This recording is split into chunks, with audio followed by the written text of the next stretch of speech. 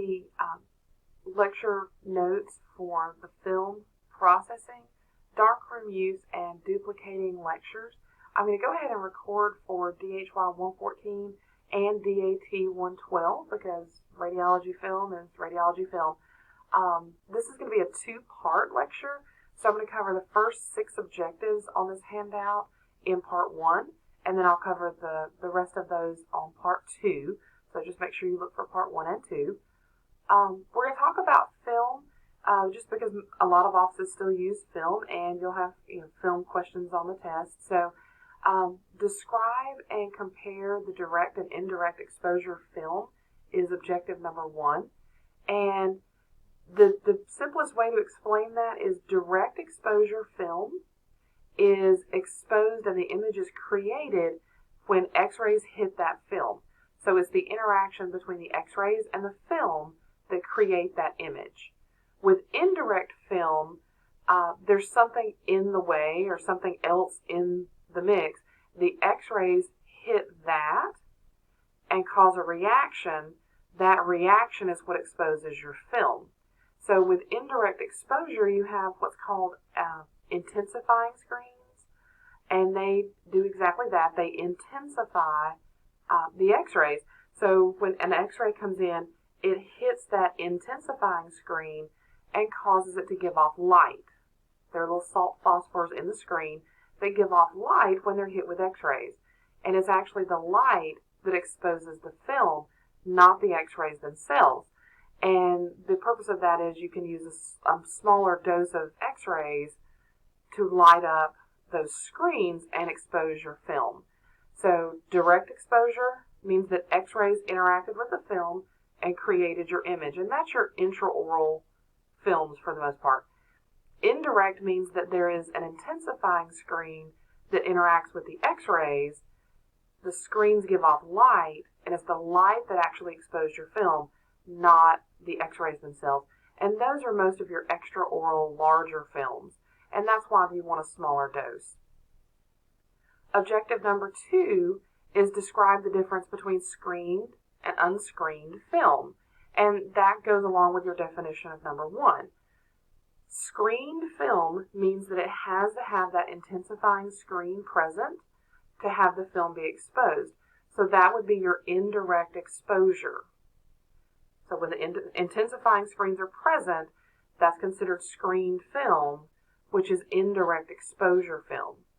An unscreened film means that there was not a screen present or required, that it was actually the X-rays that created the image. So that's your direct exposure.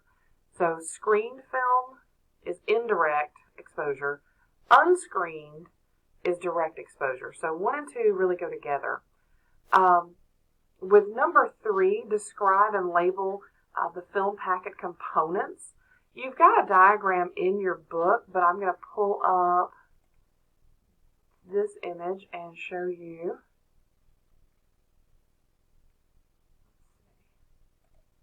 A little larger. There we go.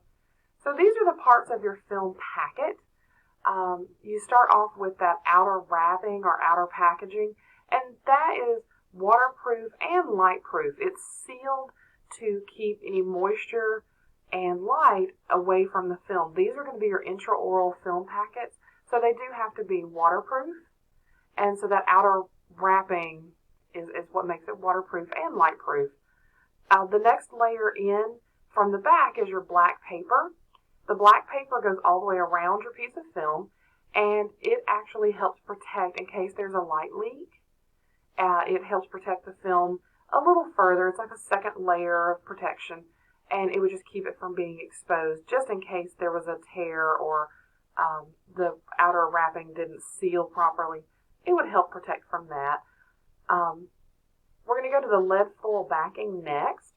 The lead foil backing is present to help protect your film from what's called backscatter radiation. The beam comes in, goes through the object or the target, it goes through the film, and that's where you created your image. Then it's going to go through the lead foil, which is going to really weaken and eliminate a lot of those X-rays. But its purpose is to make the X-rays weak enough that they can't bounce off teeth on the other side, and then come back and hit the film a second time. They wouldn't be strong enough at that point to go through the lead twice. Remember in your reading it talks about lead being a good attenuator, meaning that it blocks or stops X-rays, and that lead foil backing is there to protect the film from radiation that has gone through once and is now bounced back from structures on the other side, exposing that film a second time. There's also an embossed pattern, we typically call it a herringbone pattern, that is printed into or embossed into the lead foil. And the reason for that is if you were to put the film packet in backwards at the time of exposure, you would be able to see that, number one, your image came out very light compared to everything else because the X-ray beam had to go through the lead foil first. It's also going to have that pattern, that embossed pattern, visible in the image, and that's what that pattern's for, to let you know if the image is actually a reverse image. And in that case, as long as, even though it's lighter than it should be, as long as it's still diagnostic, you would just know because of the pattern, because of that herringbone pattern, and because it's very light, you would just mount it upside down because that's the way that it was exposed. So that would put it on the correct side. The final part of the film packet is the actual film itself, and its purpose is to capture that image and give you a storage mechanism for the image. So the film itself is where your image is located, and I've also included, if I can move this down a little, there we go. This is a little cross-section diagram of the piece of film, and you'll see that it does have layers to it. You look at the piece of film and you see a piece of plastic. Well, there is a plastic base to that film. On either side, there is an adhesive, and then on either side you have emulsion. And the emulsion is either a silver halide or it could be silver bromide, depending on the manufacturer. That's really the only difference. They function the same way. But those crystals, those silver halide crystals in the emulsion, are what is affected by the X-rays and what captures and holds the energy from the X-rays to create your image. And then on either side of that, you've got a protective layer of gelatin that just helps prevent scratching and things like that from being excessive. So those are your parts of the film packet and of the individual pieces of film. Let's see, that was number 3.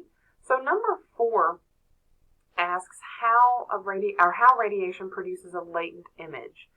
And a latent image just means that the image is there, it just isn't visible to the eye yet. And what that means in radiology is that your film packet has been exposed to radiation, it just hasn't been processed yet. So even if you exposed a film and didn't process it for a week or a month or ever, there's still an image present on that piece of film. So you couldn't use it again. It's not like if you leave it in the drawer long enough, that image goes away and you can reuse it. That image is there permanently, but even if you looked at the piece of film, it's not visible image until after it's been processed and made visible. So latent image just means that the film's been exposed, the image is there, it's just not visible to the eye. Number 5, discuss the relationship between the sizes of grains in the emulsion and the film's speed.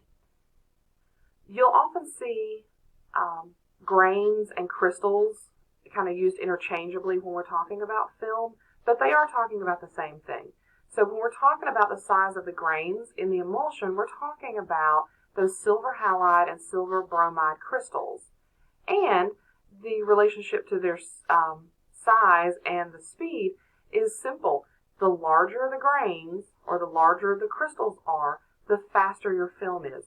Those larger crystals catch and hold that radiation exposure faster the bigger they are. So they started out with film that was, the original film didn't have a name, but then they made it, better. They made some improvements to it. So you started out with an A speed and then a B speed. And the difference was that the crystals were larger, those grains were larger in B speed film, and they were large enough that they cut the exposure time in half. So then when they went from B speed to C speed, they increased the size of the crystals even more so that they could half that exposure time again. So every time you go up in a film speed, and they go all the way from A to F, the faster the film is, when you're getting up closer to the F speed film, the faster the film is, the larger the grains are. So that's the relationship there. Number 6 objective is describe the relationship between X-ray film speed and the definition achieved in the image. And the relationship there is, yes, the larger the crystals are, the faster the film is exposed. So that helps protect the patient from useless radiation exposure. But the larger the crystals are, the grainier the image appears. So the equivalent would be if you took an A speed film and exposed it, it's going to look like a professional portrait. The detail, the clarity is going to be beautiful, versus F speed being a picture from a newspaper, where it's just very grainy looking. And actually what happened with the different sizes of the crystals and increasing the film speed, they got all the way up to F speed, but nobody liked the image because it was so grainy and so hard to read. They actually backed off and went back to kind of we call it E.5. It's an EF speed. F is the fastest, but it's also the grainiest and hardest to read. So they backed it back down and kind of did a half step, and it's called EF speed, or Insight is the Kodak brand name for it, and that's the most commonly used now.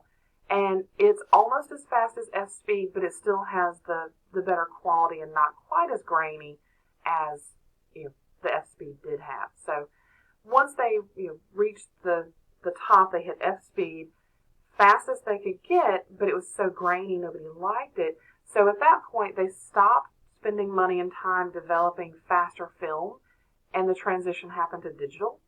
So you'll never see a faster film than F speed just because the quality is not there. But then that's when the transition to digital happened, and all the research went to digital. So that is going to complete part 1. So look for part 2 to finish out this packet.